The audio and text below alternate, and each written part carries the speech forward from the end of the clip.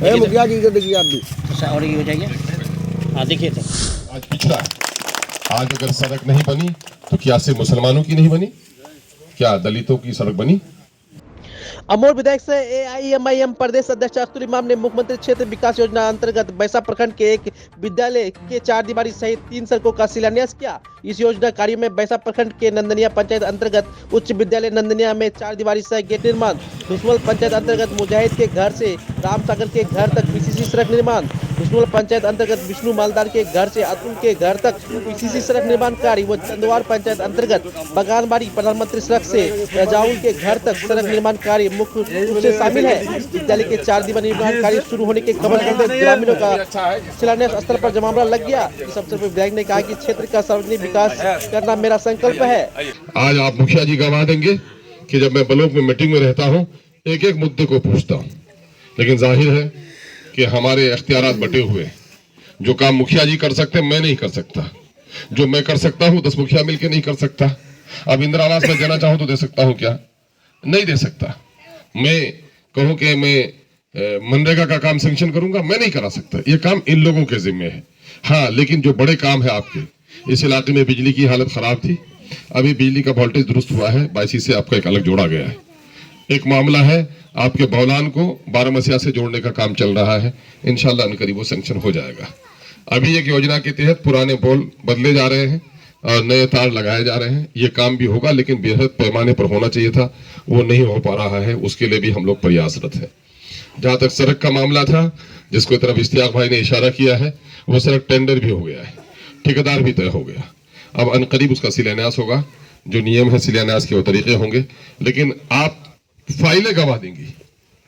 मेरे पत्रकार का जो रिकॉर्ड है वो गवा देगा कि आपके समस्याओं को कितनी मजबूती के साथ सदन में, मंत्री के सामने में और मुख्यमंत्री के समक्ष हमने उठाया है। कोई कह सकता आजादी के बाद एक पुल नहीं बना इस तरह का जो आपका सैंक्शन हुआ है। वही नहीं, बल्कि जिन घर कटे, अभी मिर्चान टोली के लोग होंगे यहाँ पर, जिन लोगों के घर कटे, कभी भी उन लोगों को मकान का पैसा नहीं मिला।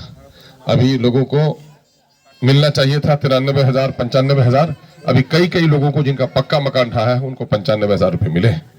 जिन लोगों का इंदिरा आवास था और ढह गया है, अगर ऐसे लोगों को पैसा नहीं मिला है तो वो लोग कागजात लेकर के आए मेरे पास, मैं उनके लिए भी प्रयास करूंगा।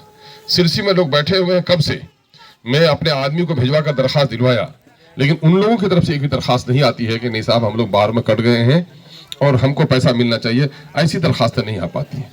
मैंने लोगों को जगाया कि आप सरकार को जो टैक्स देते हैं उसी से सरकार, जो एक्सीडेंट में मरते हैं, जो लोग बाहर में कट जाते हैं, ऐसे लोगों को सरकार अनुग्रह अनुदान की राशि देती है, वो बाप के घर से नहीं देती, वो हमारा और आपका पैसा है। उसके लिए भी हमारे लोग नहीं लड़ते। जो लोग लड़े हैं तो आपको पता होगा कि पहली बार आपके यहाँ अनुमंडल में तकरीबन 32 लाख रुपए हमने बंटवाने का काम किया। उसका फायदा दूसरे प्रखंडों को भी मिला है, और खास करके हमारे वहाँ के अच्छे खासे लोगों को, गिरिया के अच्छे खासे लोगों को मिला। रसेली वाला पुल के पास जो खाड़ी और रसेली का पुल है, उसका भी काम बहुत हद तक आगे बढ़ा है। और जो मामला है आपका प्याजी से लेकर के खाड़ी तक, वो सड़क का भी टेंडर का फैसला कुछ चंद दिनों में हो जाएगा। इस तरह के काम आगे चल रहे हैं। लेकिन मैं समझता हूँ सड़क का बनना, बिजली का लगना, ये अपनी चीजें हैं, पुल पुलिया है, ये बनेंगे टूट जाएंगे, लेकिन असल निर्माण समाज का निर्माण होना चाहिए। और समाज का निर्माण व्यक्ति के निर्माण से होता है। व्यक्ति ईंट है और समाज दीवार का नाम है, समाज घर का नाम है। आज हमारे यहाँ थाने में लोग अभी भी दलाली करते हैं, अभी भी रिश्वतखोरी का चलन बंद नहीं हुआ, और सच को सच कहने की ताकत नहीं हुई। अख्तरुल इमान को ये नहीं समझना चाहिए कि हर दिन वो एमएलए रह जाएगा। मुखिया जी को नहीं समझना चाहिए कि हर दिन वो मुखिया रह जाएगा। हारेगा भी और कब्रिस्तान तक जाएगा भी। जब कब्रिस्तान का डर अगर हमको हो तो हमको कम से कम सच बोलना चाहिए।